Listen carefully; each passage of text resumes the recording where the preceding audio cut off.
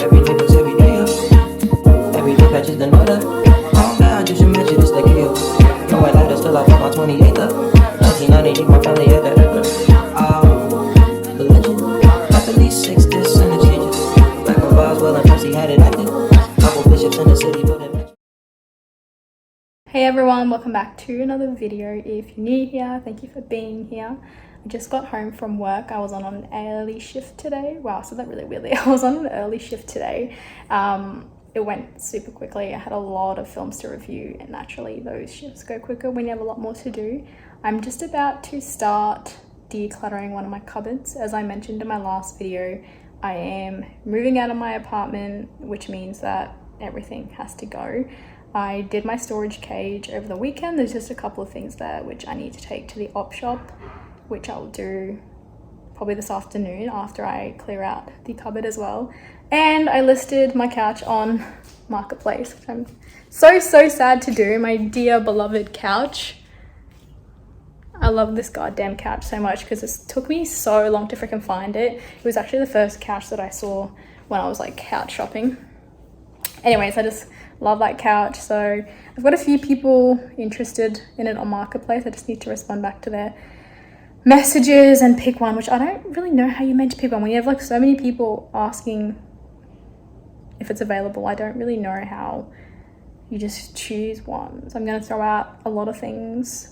And then after that, I do have a massage booked at 5:45, but I got to do the work now and then play it later. Not gonna lie, I'm really not feeling it, but I need to get stuck into it, and I'll thank myself because seriously, in about an hour, I'll probably like finished, and then I'll feel way better for it. And that's kind of like my approach with this whole moving thing is I don't want to overwhelm myself.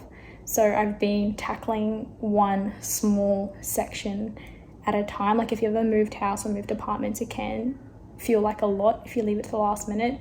So that's why I've just been doing one particular section on like every second day or so. Like I did the storage cage over the weekend, I'll do the cupboard today, and then maybe in a couple of days time I'll start on the kitchen stuff. It feels so odd having to get rid of everything because I am actually selling everything, so it feels very odd. I have to still get rid of my beloved bookshelf as well. Not my bookshelf, that is a bookshelf that I've turned into a bar, but I have to get rid of the bar table and the bookshelf. The bar table, that's a bookshelf, and the bookshelf I have to get rid of. Anyways, let me get into it. Found a genius way to make this way more enjoyable. I'm going to listen to a podcast while I do this, and yeah, I think that will make it bearable. These days, I'm letting God handle all things above me. The things I can't change are the reason you love me. Listen, you can hear them calling my name. I'm all over the place, I can't sit in one place. I'm not ashamed at all. Still finding myself, let alone a soulmate, I'm just saying. Feel like we one and the same, our relationship changed. That or it never existed. Whenever they say something about us, you listen. Well, fuck what they talking about on your timeline. That's cutting all into my time with you. Fuck what they talking about on your timeline. Alright, so I'm gonna take some stuff to the dump and then also go drop some things off at the op shop. That's cutting all into my time with you. My time with you.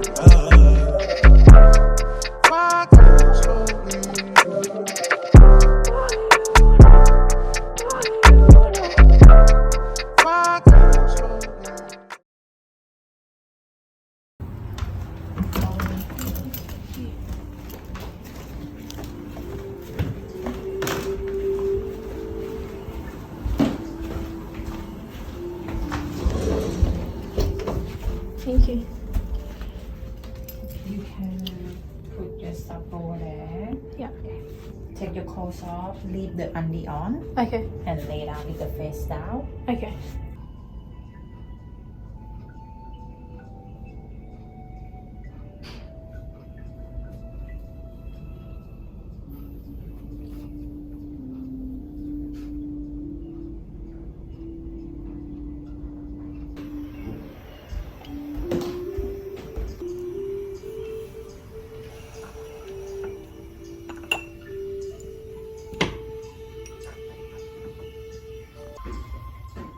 So I just made myself a coffee.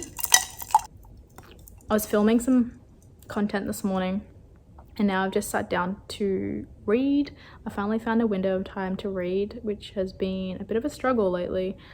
I really enjoy reading. At the moment, I am reading The Chimp Paradox by Professor Steve Peters. I first heard about this book when I was listening to a podcast episode by Stephen on A Diary of a CEO. I highly recommend it. It had like a super clickbaity title or something like The Mindset Doctor or like The Success Doctor or something like that. But I found it so valuable. I was honestly so captivated, and that rarely happens with podcasts, but I listened to like the whole episode, then I even like went back, listened to some more, and then I searched them up and then I bought the book.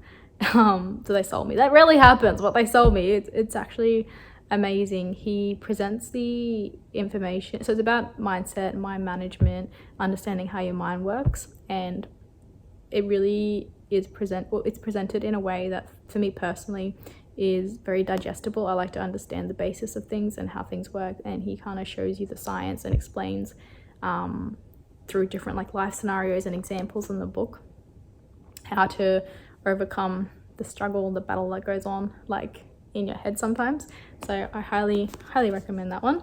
And I'm also trying to read a lot more fiction as well, not just like personal development, non-fiction. And I have quite a few books that I have started but haven't finished because I start them and then life just gets busy. I stop reading and then I forget what's happened, then I have to go back and I have to read more chapters that I've already read. Anyways, this one, Nothing More to Tell.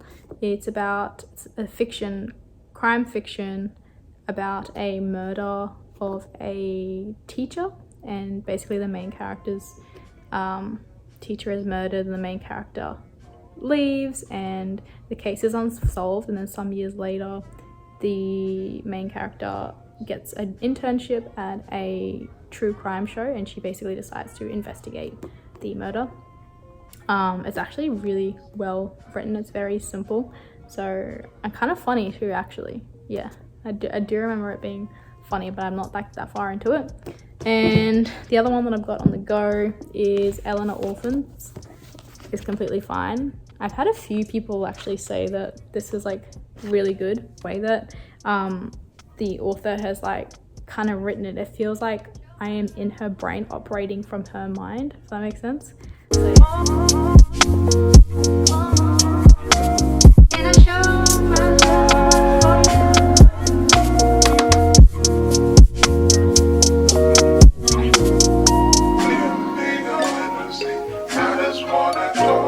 I'm just in my car. I'm about to go to Westfield to do some retail therapy. I've been meaning to go shopping for quite a while. So hopefully I find some stuff, but like honestly, in-store shopping is so mediocre and then online shopping is just so risky. So we'll see what happens there, but I've been up since 4 a.m. this morning because I had work and I'm working. This is like my weekend to work, so I'm feeling a little bit like a zombie, but I stopped by a coffee shop on the way home from work, so I'm feeling a little bit more energized than I was before. I do shift work, so sometimes it's only like a 10-hour gap between me leaving work one day and me me leaving work one day and then me starting work again the next day, and I have to sleep like 8 of those 10 hours, and then oh my god, there's a motorbike coming, hold on. Hi. It's so freaking hot and I forgot what I was saying. But yeah, 8 of those hours I'm asleep, and then the other 2 I'm either preparing to go to work or I'm actually commuting. But it just goes to show that if you really want to do something, you can. Be consistent.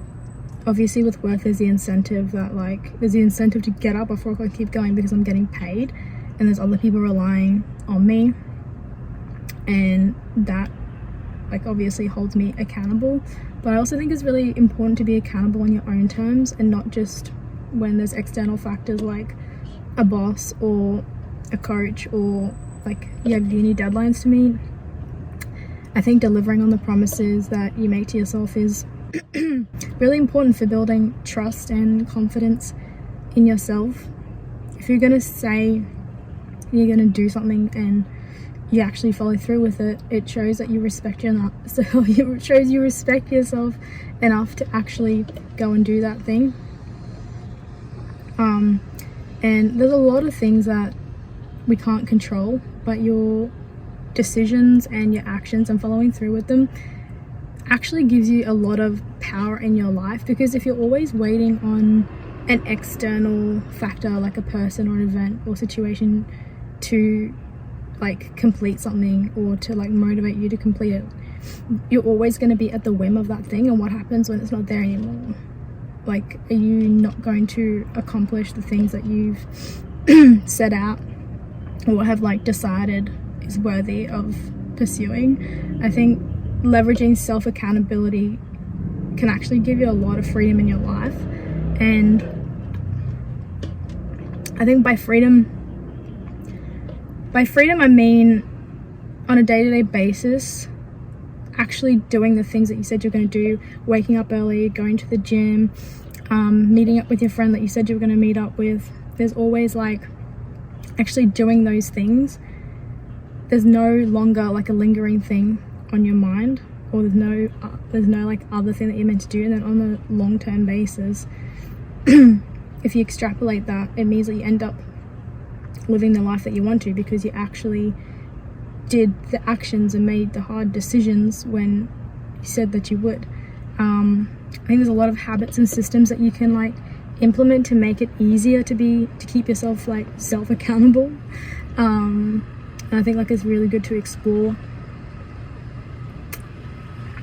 some of those things, because obviously like it can be really hard, like life gets in the way, and like with habits and stuff they can be really hard to develop. So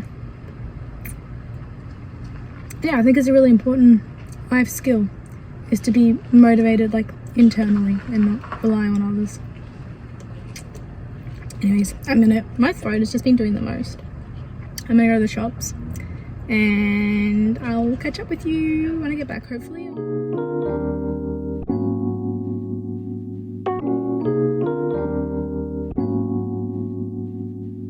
Everything was every day up. Every day patches the note up. Oh God, you should mention this the kill. No, I lied, still I want my 28th up. 1990, my family had that up. Oh, the legend. At the least 6 discs and the changes. Back when Boswell and Percy had it active. Couple bishops in the city building mansions. Oh, the reverend. Put yourself made millionaires status. We could only eat at Shorty's on occasion. After Trina hit, I had a chance with Kevin. Your apartment, I ain't is where I'm getting. With you when I do never had it. Fucking on you when I didn't on the road. Fucking on the way to make it out of Texas. Every night, baby, I've been on my eyes. Are you ready to eat? Hi guys and welcome back. You know, if you've never been back before, you are back now. Today we are eating food because we need food in our bellies. And when we have food in our bellies, we get to talk louder. Oh no, you can talk, it's fine. It's just your voice, it's all good. What's going on here, Mona? Alright, so she is now vegetarian. Yeah. I know what is it? Strategically? Yeah. Put it like this so we wouldn't see the one.